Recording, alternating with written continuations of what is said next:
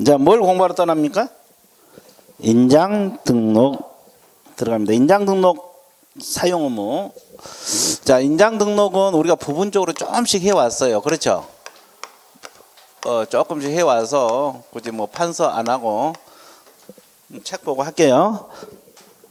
자, 그래서 우리가 인장 등록은 누구만 하도록 되어 있어요? 개공하고 보조는 방금도 했죠. 그래서 거기 시기에 개공, 소공 주어 있죠.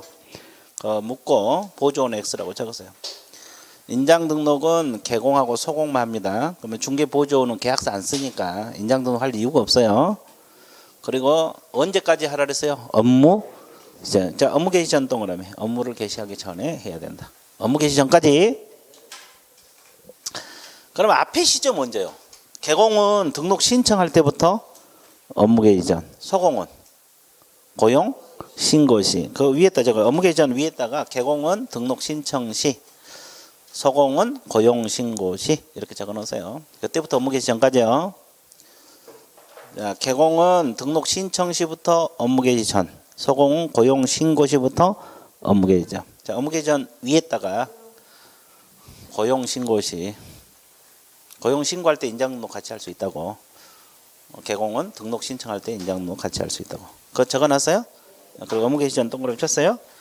자, 오른쪽 등록할 인장 오른쪽 도표를 보세요.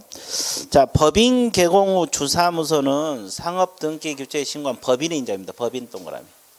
자, 법인 자체의 인장을 등록하도록 되어 있어요. 그러면 법인 인장 밑에다가 적으세요. 대표자 인장 X입니다. 대표자 인장 X. 그럼 대표자 인장을 등록한다. 이 지문은 맞아 틀려? 틀려요. 법인 자체의 인장을 등록한다는 거. 그 다음에 분사함수가 중요한데 분사함수는 대표자가 보증하는 인장을 등록할 수 있다, 할 수 있다 동그라미. 자, 이 말은 무슨 말이에요? 분사함수는 법인의 인장을 갖다 써도 되고 대표자가 보증하는 인장을 별도로 등록해서 사용할 수도 있다, 없다? 있어요. 그러면 주로 누구 인장을 보증을 해주겠어요? 대표자가? 아니, 대표자가 누구 인장을 보통 보증을 해줘? 책임자. 분사무소 운영자는 책임자를 하잖아요. 그러니까 주된 사람도 대표자가 책임자 인장을 보증을 해줘. 그러면 책임자 인장을 별도로 등록해서 사용할 수도 있다. 그러니까 두 가지가 가능해. 분사무소는 법인 인장 갖다 써도 되고 대표자가 보증하는 인장을 별도로 등록해서 쓸 수도 있고. 됐죠? 그러면 인장 등록하러 갈 때 주된 사무소로 간다고 거기 나와 있죠? 분사무소는 주된 사무소 인장 등록한다 그랬어요. 그리고 인장 등록할 때는 인감증명서 제출하면 돼요. 자, 오른쪽에 인감증명서 제출을 가름한다. 이 지문이 있어요? 예, 그래서 그 인감이 등록이 된 거예요. 그러니까 법인들은 인감증명서 갖다 주면 되잖아요. 이해됐어요? 근데 이제 개인들, 공인중개사인 개공, 중개인 소공 이걸 통틀어서 개인이라는 말을 쓰는데 개인들은 가족관계 등록부 주민등록 기재된 성명 동그라미. 성명이 나타난 인장으로서 크기가 가로 세로 각각 얼마? 7mm에서 30mm 이내 인장을 등록관청에 등록하는 거예요. 너무 규격이 크면 안 돼. 그러면 이때는 인장 등록할 때 뭐냐? 오른쪽 인장 등록 신고서라는 서식이 있어요. 그거 작성하고 그 밑에 서식에 보면 날인날이 있어요. 날인날. 등록할 인장 날인날. 그 날인해서 제출하면 돼요. 그러면 그 날인한 것이 등록이 되는 거예요. 이해됐어요? 예. 인장은 본인들이 계약서 쓸 때 써야 되니까 그래서 그 날인해서 제출해 주면 돼요. 이해됐습니까? 예. 자, 인장을 등록했다가 변경하면 변경 등록해야 되죠. 변경 등록은 며칠이네? 7일 이내 등록 동그라미. 전자문서 됩니다. 자, 그 다음에 4번 제목 읽으세요. 자, 위반하면 어떤 죄돼요? 자, 그 옆에서 적어. 개공은 업무정지, 소공은 자격정지입니다. 4번 옆에다가 개공이 위반하면 업무정지, 소공이 위반하면 자격정지. 개공이 위반하면 업무정지, 소공이 위반하면 자격정지. 자, 그래서 이제 공부가 되면 문장을 읽는 순간 이제 제재가 막 튀어나와야 돼. 안 나오면 안 돼요. 그게 다 돼야 돼요. 막 튀어나와야 돼. 자, 그러면 인장 등록 끝났죠? 그럼 휴폐업 들어갈 건데 휴폐업도 내용은 많지 않아요. 근데 시험은 계속 출제가 되고 있어요. 자, 그래서 판서해 볼 거니까 칠판 보고 감상해 보세요. 휴업하고 폐업은 등록관청에 뭘 해야 됩니까? 신고를 해야 돼. 신고사항이란 거 알아두셔야 되고. 자, 몇 개월 초과 휴업할 때만 신고를 하도록 되어 있어요?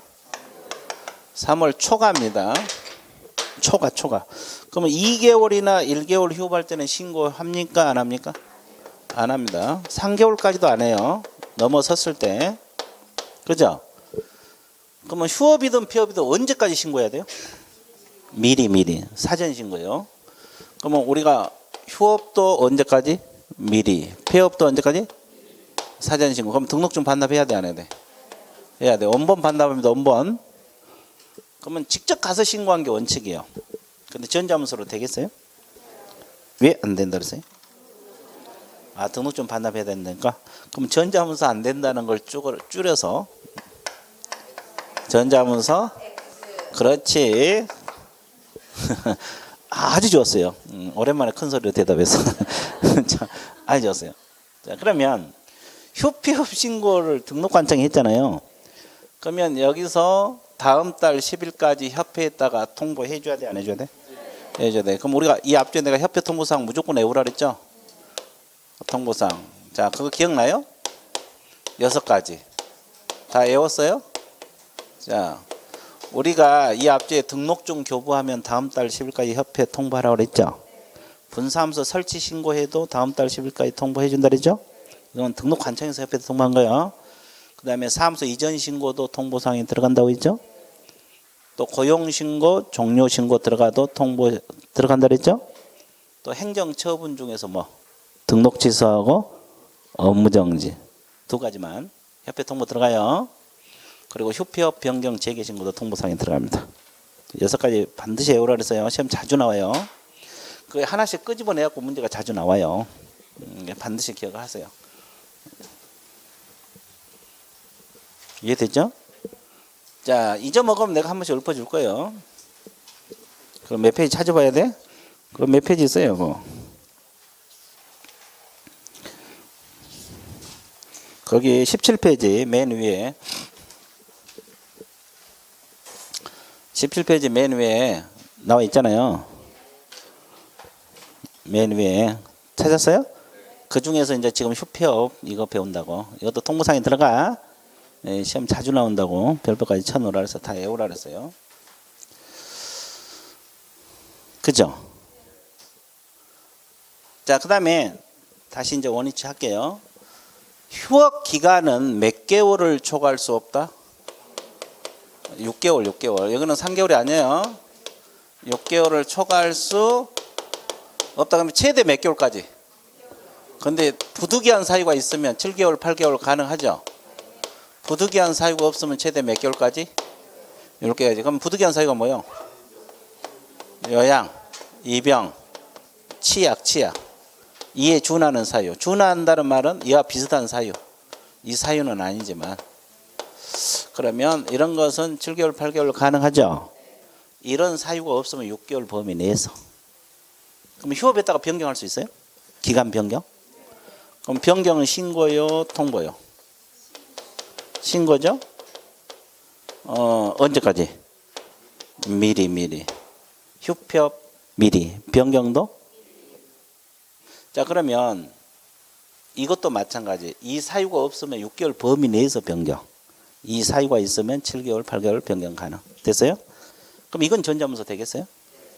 왜? 이미 갖다 줬으니까 연장, 주로 연장이거든요. 이미 반납해 놨으니까 그냥 전자문서로 가능해요. 자, 그러면 휴업했다가 다시 영업하는 걸 우리가 뭐라고 표현해? 재개 또는 재개업 그러죠. 그럼 재개는 신고해야 돼요, 통보해야 돼요? 신고. 언제까지? 미리. 자, 휴폐업도 언제까지? 미리. 변경도 언제까지? 미리. 재개도 언제까지? 합해서 3mm. 여기서 3mm란 말은 미리가 3개다. 됐죠? 왜 그러냐면 우리가 아까도 배웠지만 사무소 이전은 사후신고잖아요. 10일 이내. 근데 이건 사전 신고예요. 우리 사전 신고는 여기밖에 없어요. 휴폐업 변경 재개 3개. 그래서 3mm밖에 없다고. 됐죠? 자, 그러면 재개 신고한 이유는 왜 하는 거예요? 등록증을 돌려받기 위해서 그런 거예요. 그러면 등록증 반환해줘요.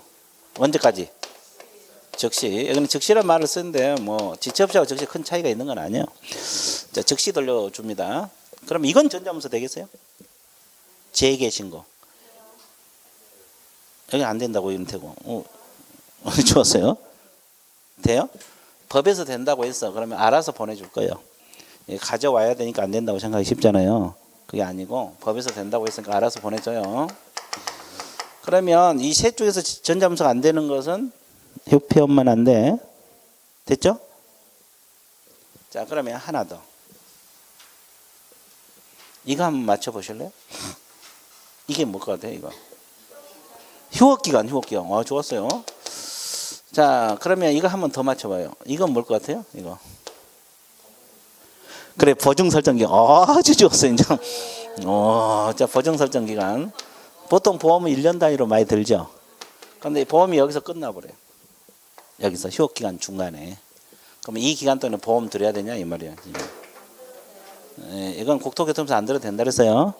그럼 업무 개시 전까지. 그래서 이제 만약에 보험을 들으면 보험료가 나가겠죠.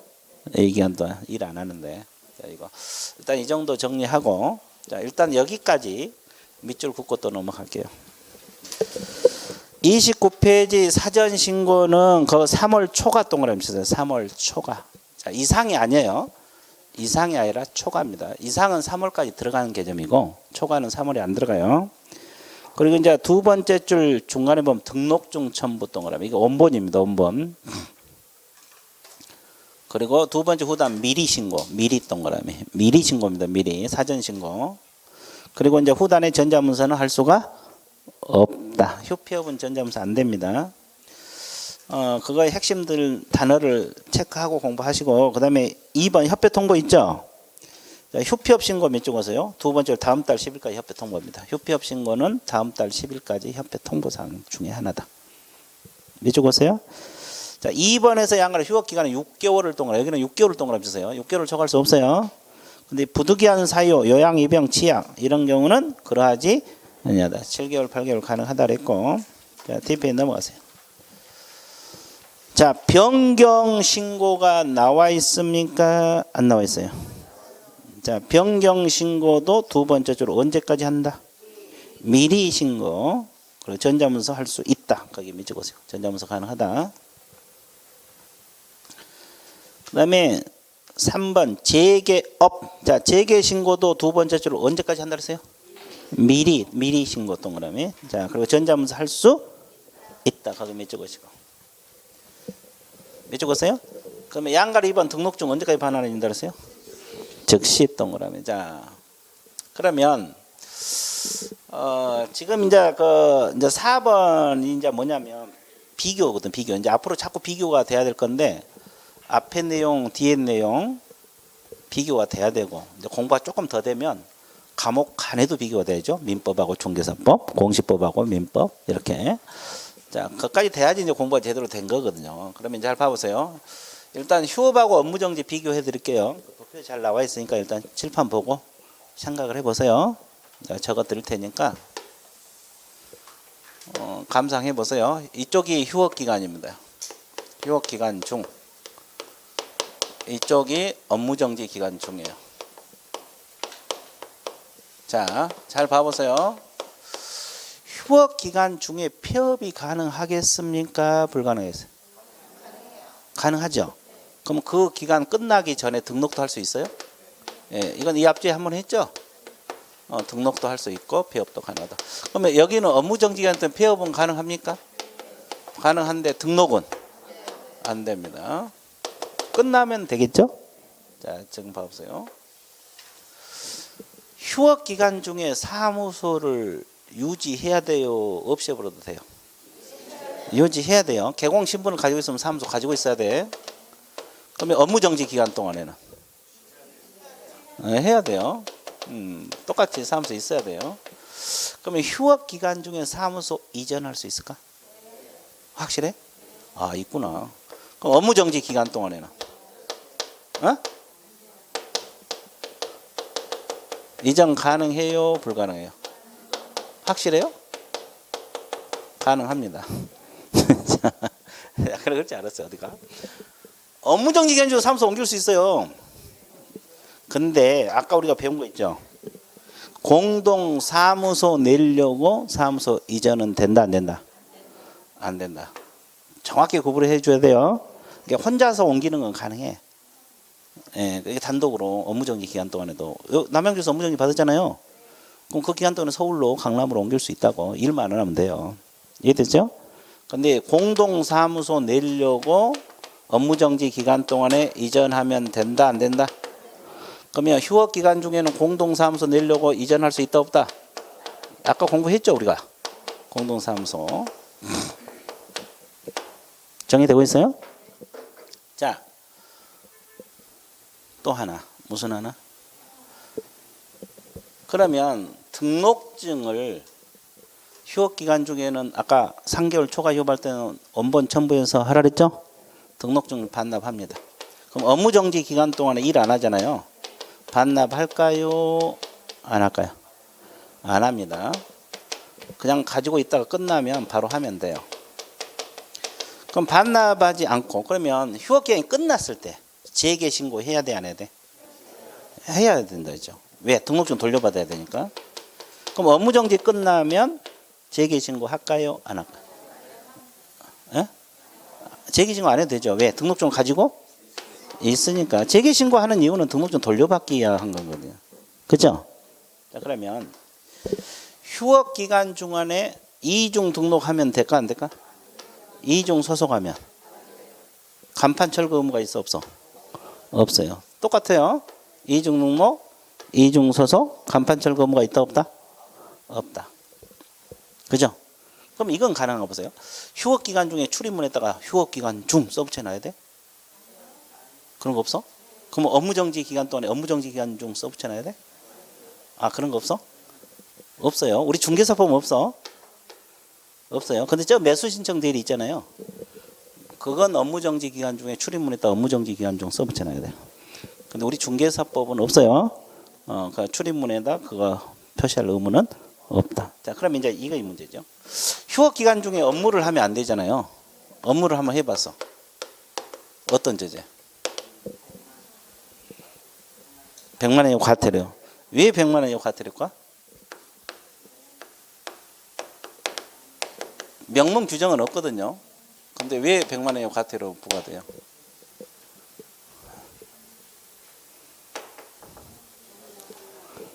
등록증 개시 의무 위반. 반납을 해놓고 휴업을 했잖아요. 그러면 휴업 기간 중에 일을 했다는 것은 결국 등록증 없이 일을 했다는 거죠. 아, 그래 안 그래요? 개시 의무 위반이야. 그걸로 걸려 들어가고. 이것은 어떤 죄제? 업무정지 기간 중에 업무하면 안 된다. 아, 필치.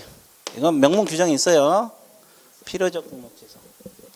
그 책에 다 나와 있어요. 자, 책 보러 갑니다. 필요적 등록 취소. 자, 책 보러 갈 건데 그 도표를 한번 봐보세요. 자, 휴업 기간 중에 폐업도 가능하고 등록도 가능하다고 나와 있죠. 업무정지 기간 중에는 폐업은 가능한데 등록 안 된다고 나와 있죠. 그럼 사무소 이전은 둘 다 된다고 있어요.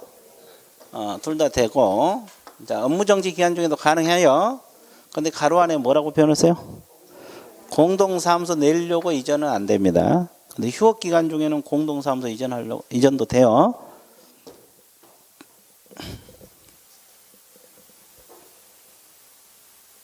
이해됐어요? 자, 그 다음에 이중등록, 이중소속 둘 다 돼, 안 돼? 안 되고. 자, 휴업 기간 중에는 등록증 반납하라고 했죠. 업무정지는 안 합니다.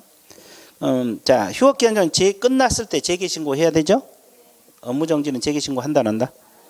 안 한다. 휴업하고 업무정지 둘 다 간판 제거 의무가 있어, 없어? 철거 의무 없고. 자, 출입문에다가 휴업 기간 중 업무정지 표시한다, 안 한다? 안 합니다. 그 다음에 둘 다 다음 달 10일까지 통보사항에 들어가 안 들어가? 아까 휴폐업 들어갔죠? 아까 등록 취소하고 업무정지도 통보사항에 들어가죠? 이게 업무정지 통보사항에 들어가요. 그리고 이제 입안했을 때 휴업 기간 중에 업무하면 몇만 원의 과태료? 100만 원의 과태료 밑에다가 적어요. 개시 의무 위반. 등록증 개시 의무 위반 때문에 그래요. 등록증 개시 의무 위반. 이 규정을 유추해서 자 100만 원 이하 과태료 되는 거예요. 그 다음에 업무정지는 필요적 등록 취소. 명문 규정이 있습니다. 이해되셨어요? 자, 그래서 이제 이것까지 해 놓으면 이제 휴업하고 업무정지 비교 정리되고 있죠. 예, 이제 자꾸 이제 비교 가면 갈수록 이제 비교 앞에 있는 내용 뒤에 있는 내용 비교해서 공부를 하셔야 돼요.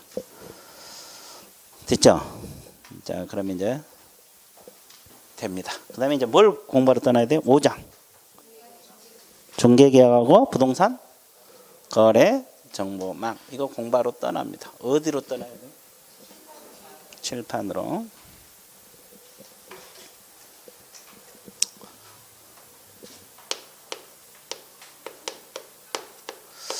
자, 그러면 우리가 중개계약은 누구하고 맺는 계약을 중개계약을 했어요? 의뢰인하고 개공하고 맺는 계약을 무슨 계약?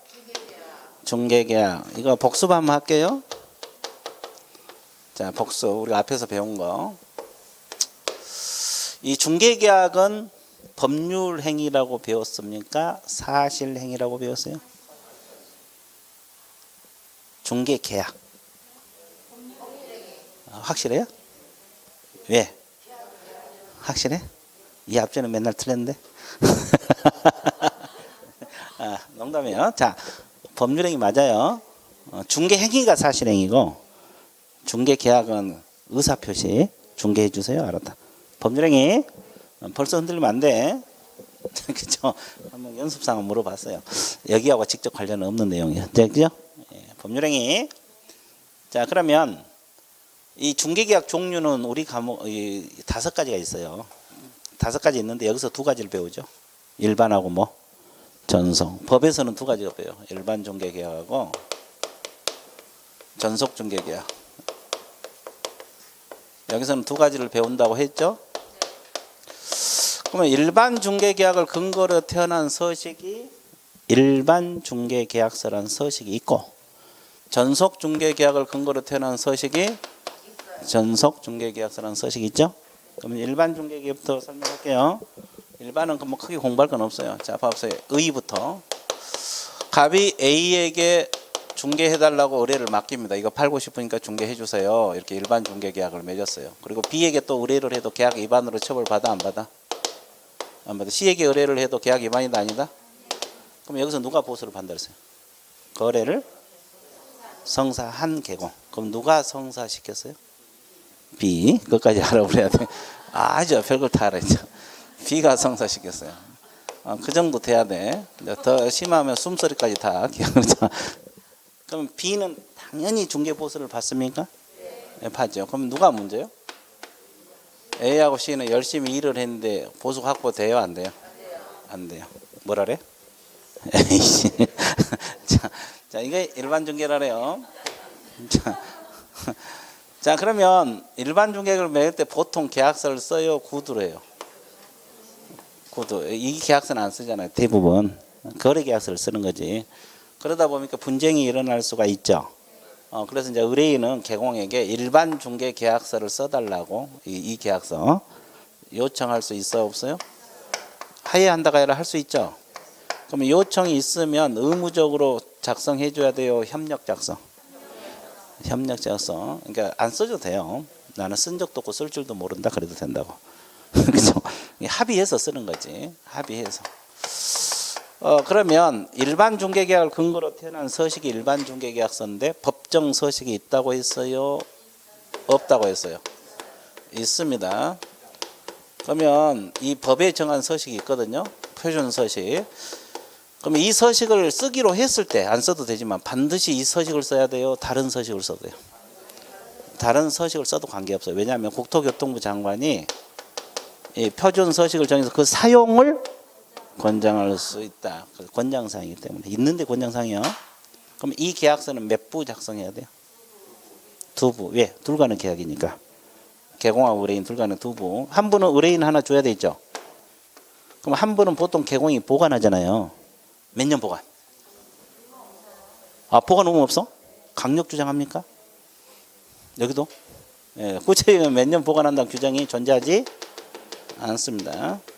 일반은 그래요. 일반은. 됐죠? 그리고 이제 일반 중개계약서 필요적 기재사항이 4가지가 있어요. 중개 대상물 위치 및 규모가 있고, 거래 예정 가격이 있고, 예정 가격에 대한 중개 보수 관련 사항이 있고, 개공하고 의뢰인이 준수할 사항. 총 몇 가지? 이것도 간혹가다 시험 나와요. 그 책에 나와 있으니까 밑줄 그어놓으시면 되죠. 책 일반은 이게 전부예요. 자, 일반 중개계약서 작성 제도 양가로 1번. 의뢰인은 의뢰 내용을 명확하게 하기 위하여 필요한 경우 개공에게 일반 중개계약서 작성을 요청하여야 한다. 할 수 있다. 할 수 있다에다가 동그라미. 그 옆에다가 협력 작성이라고 적어 놓으세요. 요청이 있더라도 의무 작성이 아니라 무슨 작성? 협력 작성. 적었습니까? 자, 그 다음에 양가로 2번. 일반 중개계약서 서식. 자, 국토교통부 장관 동그라미. 표준 서식을 정해서 그 사용을 뭐 할 수 있다? 권장 동그라미. 권장 멍구라미. 동그라미. 자, 어떻게? 편하게. 근데 시행 규칙에 마련되어 있다. 나와 있죠?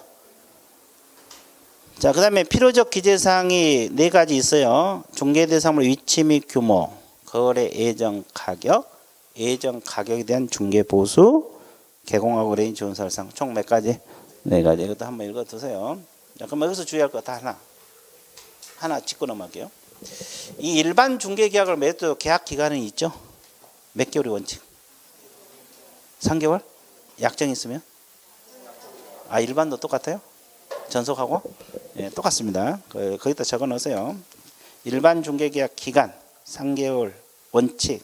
약정이 있으면 뭐에 따른다? 약정에 따른다. 이 기간은 일반이든 전속이든 똑같습니다.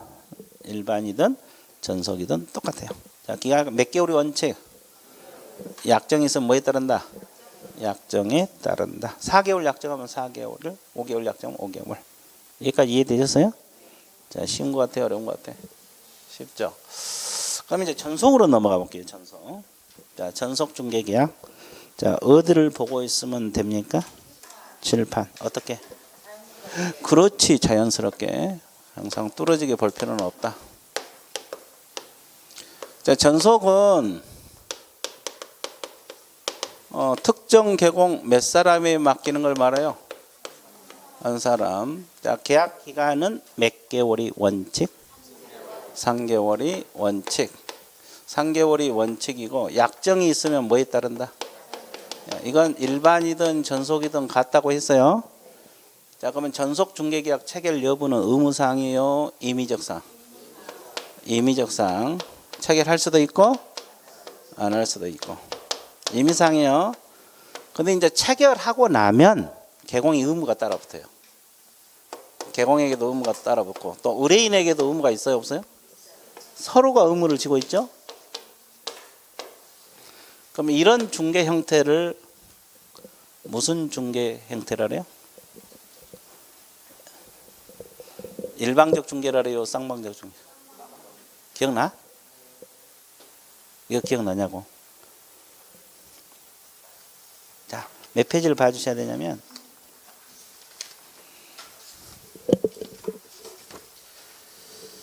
자, 6페이지 6페이지 맨 위에 칸을 보시게 되면 개공 의무 정도에 따른 분류가 일방적 중개하고 쌍방적 중개 있어 없어? 일방적 중개는 의무가 없는 거고 쌍방적 중개는 의무가 있는 거죠. 그죠? 그러면 일방적 중개가 일반 중개계약, 쌍방적 중개가 거기 있어요 없어요? 그래, 내가 이제 여기서 물어보면 쌍방적 중개 형태다 이렇게 탁 답이 나와야 돼. 아, 쌍방적 중개구나. 그죠? 서로가 의무를 지고 있잖아요 지금. 야, 이거 복습 한번 해봤어요 그냥 연습 삼아서. 그죠? 그죠? 예, 이제 이런 게 다 나와야 되거든요 머릿속에서. 자, 그러면 잡으세요. 다시 원위치 해보고 자, 칠판을 봐주세요. 책은 좀 이따 봐드릴게요. 이 전속 중개 계약을 맺고 안 맺고는 자유지만 일단 맺으면 의무사항이 따라 붙는다 그랬죠. 그러면 전속 중개 계약서를 의무적으로 써야 됩니까? 안 써야 됩니까? 전속 중개 계약서 작성 의무가 있죠. 그러면 아까 일반은 법정 서식이 있지만은 안 써도 된다고 했죠. 이건 의무적으로 써야 되고, 또 아까 일반은 법정 서식이 있지만 다른 서식을 써도 된다 그랬죠. 이건 법정 서식만 써야 되고, 그리고 일반은 구체적인 보관 규정이 없는데 이건 몇 년? 3년 보존을 해야 돼요. 다 차이점이 되죠? 또 일반은 아까 정보망이나 일간신문에 정보 공개할 의무가 없어요. 스스로 할 수는 있어요. 근데 이것은 의무적으로 해야 돼, 안 해야 돼? 며칠이네? 7일입니다. 계약일로부터 7일이네. 해야 되는데, 이 정보란 것은 이 매물에 관한 정보, 소재지랄지 면적이랄지 뭐 이런 거, 정보망이나 일간신문. 근데 의뢰인이 공개하지 말아주세요. 그러면 공개하면 돼, 안 돼? 안 돼. 이건 또 아무 말 없으면 의무적으로 해야 돼요. 근데 거꾸로 또 하지 말라 달라 그러면 하면 안 돼. 비공개 요청이 있으면 공개해버리면 처벌받아요. 됐어요? 공개해서는 아니 된답니다. 자, 그러면 공개했더라도 자기 매물이 어느 신문에 어느 정보망에 몇 월 며칠자로 올라갈지를 잘 모르죠. 그러면 공개했으면 공개했다는 사실을 통지를 해줘야 되고 문서로서 해줘야 되겠죠. 언제까지? 지체 없이 해주게 됐어요. 이해됐어요? 됐죠? 그 다음에 또 하나, 업무 처리 상황 몇 주일에 한 번 알려줘야 돼요. 왜냐하면 저 사람이 일을 안 하면 안 되잖아요. 문서로서 통지. 뭘로써? 상황 통지. 그리고 마지막으로 확인 설명 의무를 성실히 뭐 해야 돼요? 이행하라. 확인 설명 의무를 성실히 수행하라. 이렇게 나와 있어요. 자, 이것이 이제 이 개공 의무거든요.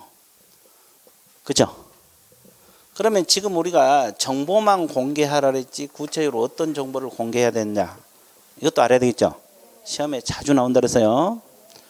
자, 전속 중개 계약을 맺으면 정보 공개 사항이 있어요. 자, 첫 번째가 그냥 생각해 봐요. 물건 소재지 면적 공개해야 돼, 안 해야 돼? 건물 구조 이거. 그럼 이걸 통틀어서 뭐라 그래요? 기본적 사항. 또 특정하기가 필요한 사항 이렇게 표현하거든요. 이거 공개해야 되고. 그다음에 우리가 또 공부한 게 있죠. 벽수도일. 벽이 뭐요? 벽면 도배, 수가, 수도, 전기, 가스, 소방, 열공급, 승강기, 5패스 3까지. 도로 대중교통, 시장 학교 근접성, 지형등 입지 조건. 일이 뭐요? 일조량, 소음, 진도. 이거 공개해야 돼요.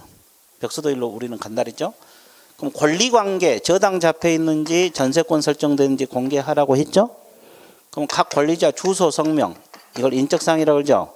공개해서는 아니 된다. 그 다음에 공법상 이용제한 거래규제 공개하라 그랬어요. 그럼 이용제한 가장 대표적인 게 뭐라 그랬어요? 개발 제한구역. 그러니까 저 매물이 개발 제한구역에 위치하고 있는지 주거지역에 위치하고 있는지. 거래규제 가장 대표적인 게 토지거래 허가구역. 허가구역에 위치하고 있는지 이런 공개해야 되고. 그 다음에 또 뭘 공개해야 돼요? 거래 예정 금액입니다. 저 매물 계략적인 금액. 그 다음에 마지막으로 공시지가 공개해야 되죠. 근데 매매는 반드시 해야 되고 임대차 계약은 공개해도 되고 아니 할 수 있다.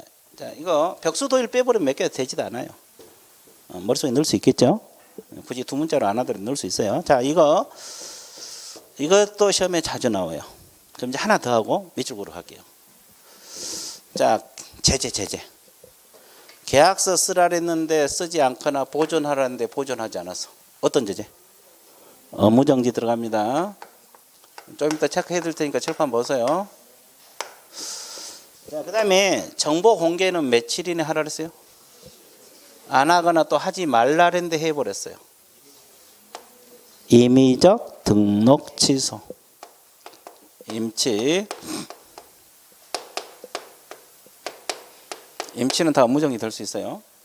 자, 그러면 공개했다는 사실을 지체 없이 통보하라고 했죠? 안 하면 또 힌트 드려요? 색깔. 업무정지. 업무정지. 자, 그러면 2주일에 한 번씩 통지하라는데 안 했어. 어떤 제재? 왜? 아, 그렇지. 업무정지. 근데 시험은 빨간색으로 안 나올 텐데. 그렇죠. 자, 그러면 확인 설명 의무를 성실히 수행하라는데 안 했어. 500만 원이요, 과태료. 500만 원이요, 과태료. 자, 그러면 이것까지 이제 제재까지 샥 나와야 돼요. 자, 밑줄구로 갈게요. 밑줄구로 갈게요. 자, 2절에서 전속종개계약 의의부터 체크하게. 의의는 첫째 줄 후단 특정한 계공을 정하여, 이 지문 있어요?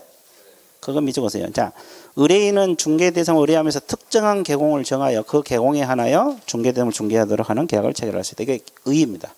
한 사람 맡긴 거. 그 다음에 체결 여부는 임의적이라고 나와 있죠. 그리고 유효기한 몇 개월의 원칙?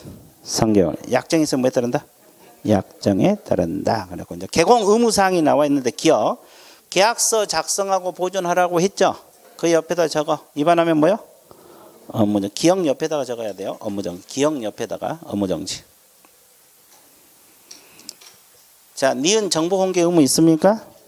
자, 며칠 이내에 공개하라세요. 비공개 요청을 공개했습니다. 자, A 옆에다 적어. 이거 어떤 제재? 임의적 등록 취소. A 옆에다 적으면 돼요. 임의적 등록 취소입니다. 안 해도 임의적. 하지 말라는데 해도 임의적이에요. 됐어요? 자, DP에 넘어가세요. 자, B 보면은 공개했다는 사실을 지체 없이 문서로서 통지하라 했죠?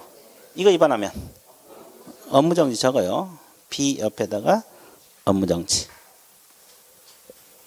B 옆에다가 업무정지. 적었습니까? 자, 그 다음에 정보 공개는 좀 이따 보기로 하고, 디귿. 업무처리 상황 문서로서 몇 줄에 한 번. 이거 위반하면 업무정지 적어. 디귿 옆에 업무정지. 자, 확인 설명 의무를 성실히 수행하라고 나와 있죠? 이거 위반하면 500만 원 이하 과태료입니다. 계공에게 과태료. 계공에게 500만 원 이하 과태료. 500만 원 이하 과태료. 적었습니까? 자, 그 다음에 그 박스 안에 정보 공개사항 이거 있잖아요. 시험 자주 나와요.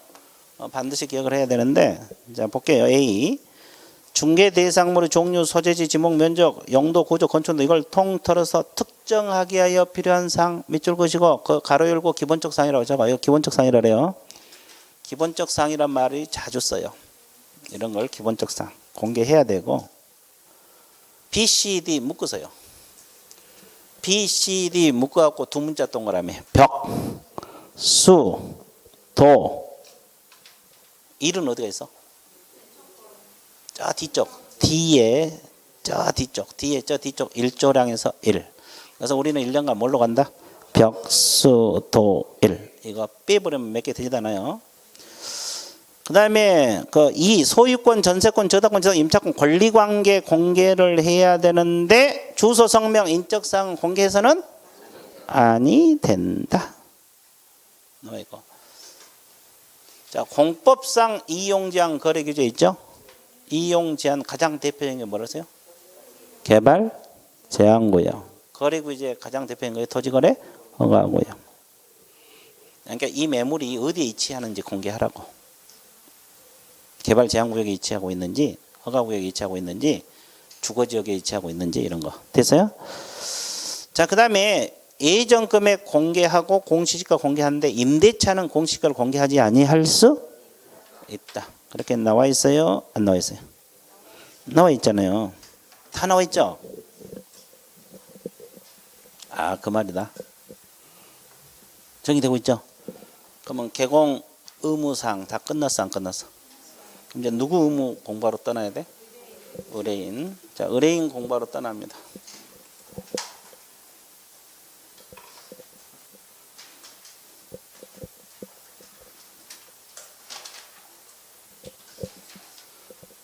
자, 의뢰인도 의무사항이 있어요. 이거 서로가 의무를 진다 그랬죠. 의뢰인 의무사항. 의뢰인 의무사항은 이렇게 크게 세 가지로 압축할 수가 있어요. 첫 번째가 위약금을 지불하라. 뭘 지불하라? 위약금을 지불하라. 그러면 위약금은 얼마를 지급해야 돼요? 중개보수 해당하느니요? 50%요? 해당하느니 전액이란 말이에요. 이게 흔들면 안 돼. 또 하나가 소요된 뭘 지불하라? 비용. 비용이 뭐요? 실비.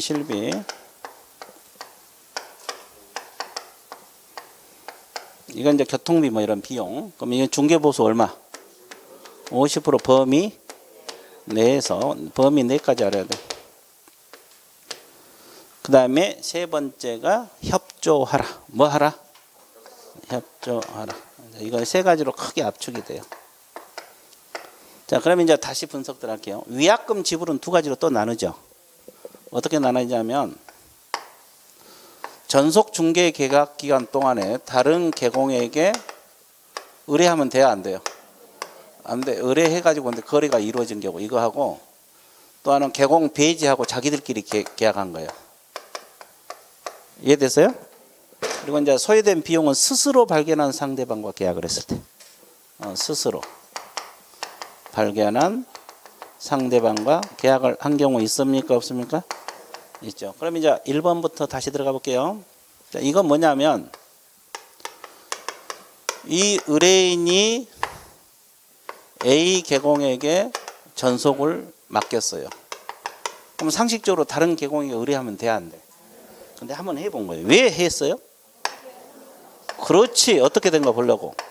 근데 누가 성사시켜보세요? B가 거래 성사시켜버려요. 그럼 B는 당연히 중개보수를 받을 수가 있어, 없어? 있죠. 근데 누가 문제예요? A가 문제잖아요. 그럼 이 사람이 위약금 청구해서 받아낼 수 있다, 없다? 그러니까 이 사람은 지불하는 거고 이거는 청구하는 거고. 근데 핵심은 얼마를 받아냈냐 이 말이죠.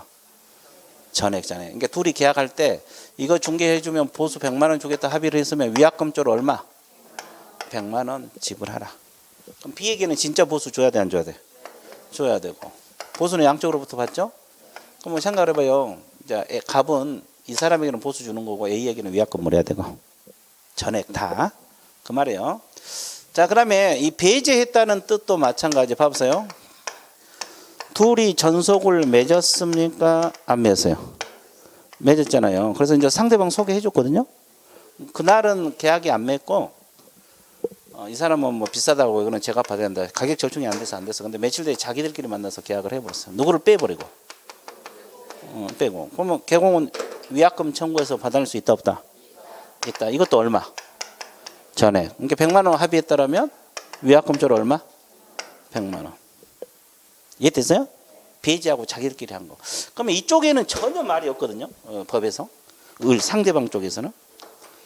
이쪽에서 전혀 말이 없는데 이쪽에 보수 청구해서 받을 수 있냐 이 말이에요.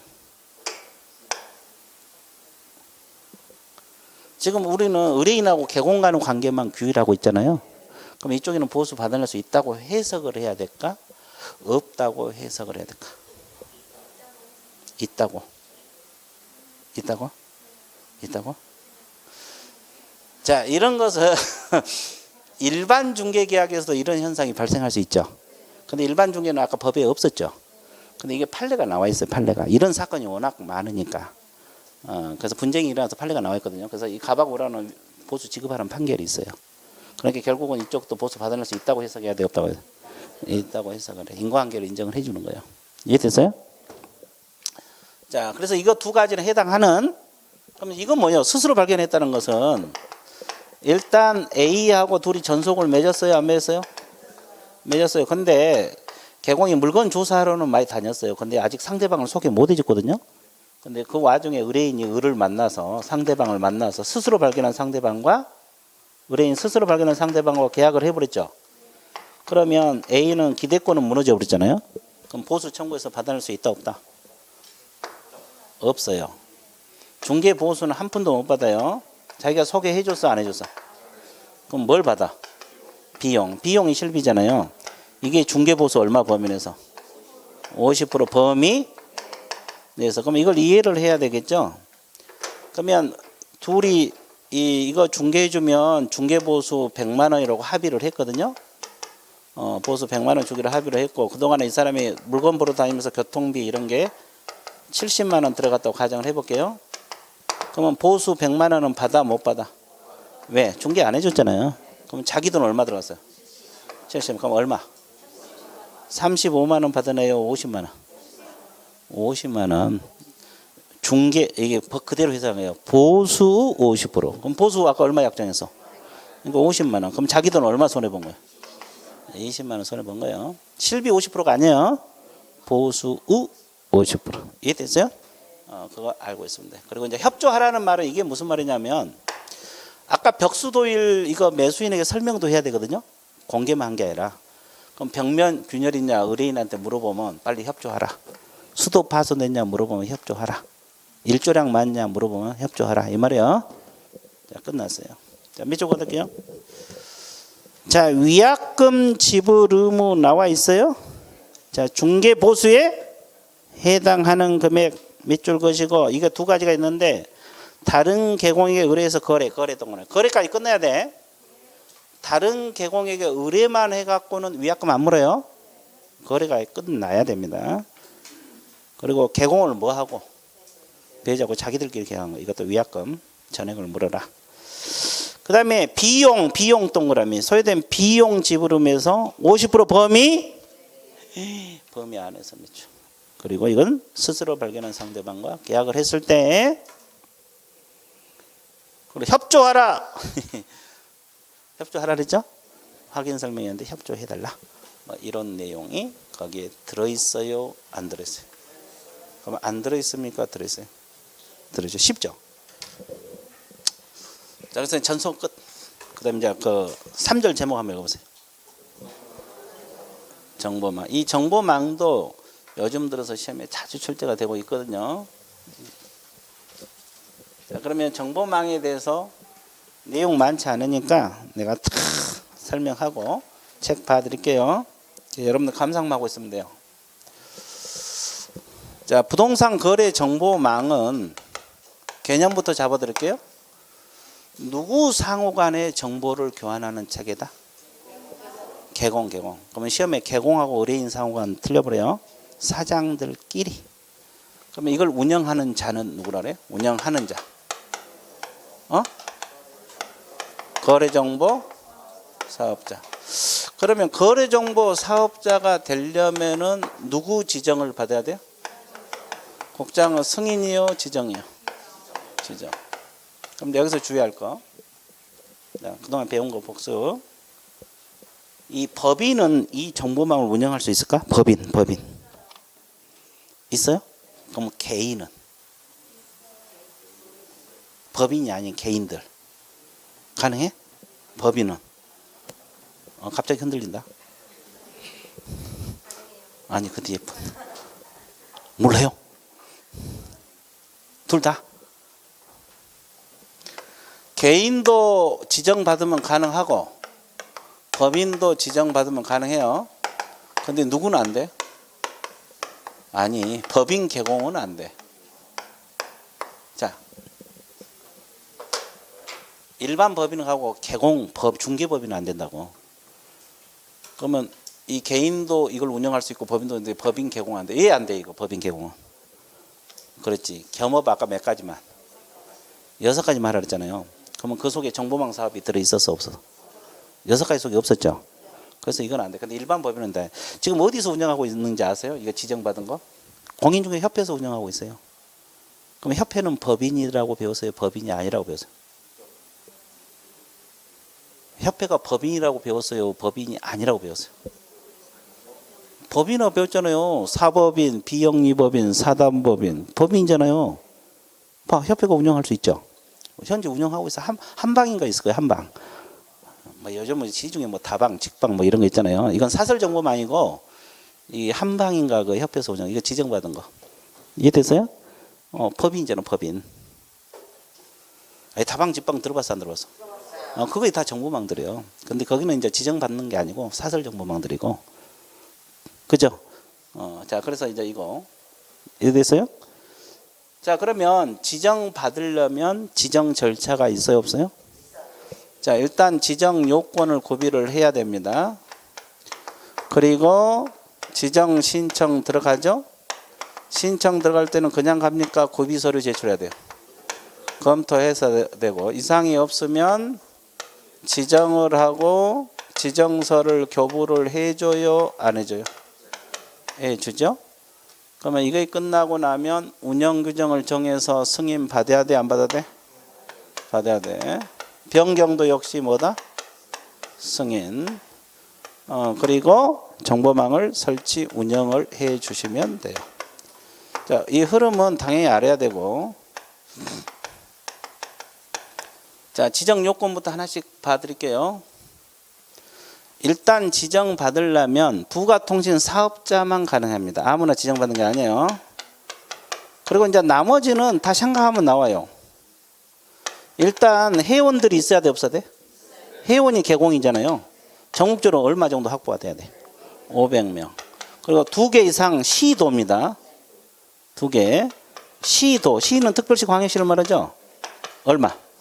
각 30이요. 그러면 서울에서 499면, 경기도에서 1명. 그러면 지정 받아 못 받아? 경기도에서 30명 돼야 돼.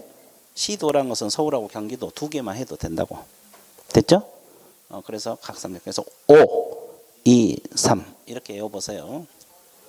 5, 2, 3. 왜 그러냐면 나중에 비슷한 숫자가 또 나오잖아요. 헷갈리니까. 5, 2, 3. 그리고 정보처리 기사를 했어요, 기능사를 했어요? 기사 1명. 자, 개공이라 했어요, 공인중개사 1명. 그리고 뭐가 필요해요? 컴퓨터 설비가 있어요. 커야 돼요, 적어야 돼요? 커야 돼요. 그럼 컴퓨터 설비를 줄여서 뭐라 그래? 그렇지. 이제 여기까지 들어오면 다 된 거야. 그랬으니까 컴이지. 다 필요한 것들이죠. 깜짝 놀랐어. 신청할 때 그냥 갑니까? 구비서류 제출해야 돼. 구비서류는 다른 게 아니라 여기에 관련된 서류예요. 요건에 관련된 서류. 이게 부가통신 사업자 등록증 4번, 개공 등록증 4번, 정보처리 기사 자격증 4번, 공인중개사 자격증 4번. 여기는 확인 서류가 아니라 4번 제출해야 돼. 컴퓨터 설비 확보 증명 서류입니다. 그리고 법인 등기부는 확인 서류요. 자, 그러면 신청 들어가면 며칠 이내 지정하고 지정서를 줘?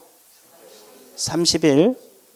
30일도 중요하지만 언제부터 30일이에요? 신청 받은 날. 그러면 운영 규정 어떻게 운영할 것인가 이거죠? 3개월이요. 언제부터 3개월? 지정 받은 날. 시점. 그리고 운영은 언제부터 1년? 지정 받은 날. 승인시가 아니에요. 승인시가 아니고 지정 받은 날부터 몇 년? 1년 이내 설치 운영하라, 하지 말라? 하라. 나와 있죠? 자, 그러면 여기까지 밑줄 좀 긋고 넘어갈게요. 자, 의의도 좀 신경 써야 되는데, 의의는 누구 상호 간의 정보를 교환하는 체계다? 개공 상호간 가로를 묶어서 이제 여기서 개공하고 의뢰인 상호간 이렇게 지문 들어가면 틀려버려요. 개공 상호 간에. 이거 이제 시험 나올 수 있고, 의의로. 그 다음 2번 제목이 뭐예요? 지정 나와 있죠? 그 옆에다 적어. 개인도 가능하고 법인도 가능하는데 법인 개공은 안 된다고 적으세요. 칠판에 노란 분필. 개인도 가능하고 법인도 지정받을 수 있는데 법인 개공은 된다, 안 된다? 안 된다. 적어놨어요? 지정 옆에, 제목 옆에도 적으면 돼요. 개인도 가능하고 법인도 가능한데 법인 개공은 안 돼. 자, 그 다음에 다 적었어요? 1번 지정권자는 누구라 그랬어요? 국장. 자, 그 다음에 오른쪽 지정 절차가 요건 구비 있죠? 이 요건도 시험 자주 나와요. 일단 부가통신 사업자여야 되고, 니은에 보면 개공 동그라미 가입 이용 신청한 개공 동그라미 수가 500명 밑줄 2개 이상 시도 각 얼마? 30명. 5, 2, 3 이렇게 한 게 없어요. 5, 2, 3 이렇게 한 게 뭐고, 디귿은 뭘 신경 써야 돼요? 기사, 기능사가 아니에요. 한 명은 절대 안 틀리니까 기사. 4번은 뭘 신경 써야 돼요? 공인중개. 여기는 개공이 아니에요. 공인중개사 1명. 그리고 5번은 국장하고 컴퓨터 둘 다 동그라미. 국장이 정하는 컴퓨터 설비입니다. 자, 2번 지정 신청 나와 있죠. 자, 거래정보사업자로 지정받고자 하는 자는 국장에게 요건에 관련된 서류란 거, 이 요건에 관련된 서류 이거예요. 이거 부가동인사업자 등록증 사보 이걸 요건에 관련된 서류를 제출하라 이 말이죠. 그죠? 근데 그 세 번째 참고 표시 법인 등기상 증명서는 제출이라 했어요. 확인 동그라미. 자, 그다음에 동그라미. 자, 3번. 자, 언제부터 30일이나 했어요? 신청 받은 날 동그라미 30일 동그라미 이거 시점. 자, 운영 규정은 언제부터 3개월? 지정 받은 날 이때부터 3개월. 자, 설치 운영은 언제부터 1년? 지정 받은 날 이때부터 몇 년? 1년. 자, 체크하셨어요? 자, 그러면 또 칠판 봐보세요. 하나만 더 보실게요. 이걸 운영하는 자를 거래정보 사업자란 말을 쓰고 있죠. 그러면 이걸 이용하는 자를 뭐라고 표현해요? 개공.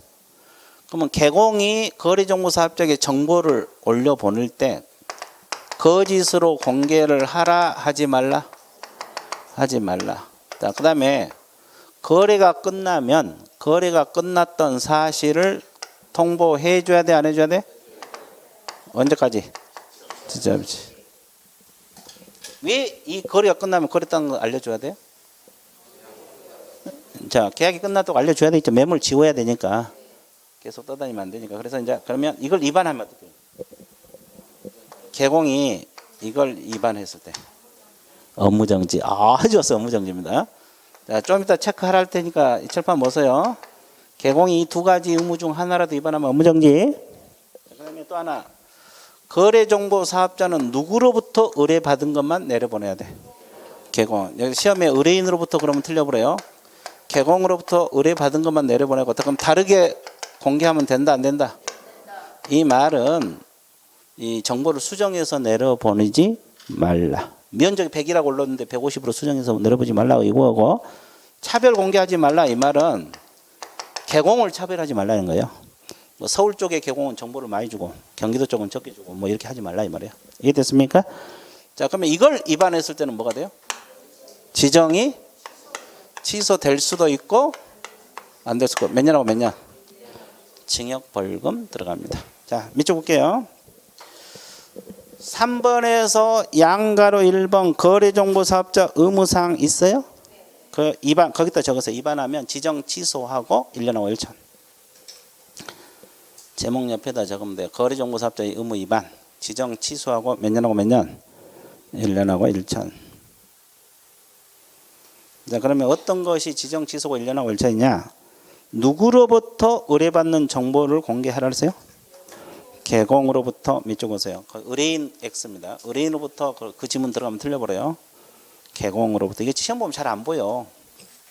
의뢰인으로부터 그렇게 나오면 신경 써보고. 그럼 다르게 동그라미 차별 동그라미. 다르게 차별 공개하지 말라고 했죠. 지정 취소 1년하고 1천. 자, 양가로 2번 제목 옆에다가 업무정지 적으세요. 개업 공인 중개사가 의무를 위반하면 무슨 정지? 업무정지. 첫 번째 거짓으로 공개하라 하지 말라. 하지 말라. 그리고 거래가 완성되면 언제까지 통보? 이걸 위반하면 다 무슨 정지? 업무정지. 무슨 정지? 무슨 정지? 자, 정리되고 있어요? 예, 끝났어요. 거래 정보만까지 끝났죠? 그럼 어떻게 해야 됩니까? 예, 쉬었다가 들어갈게요.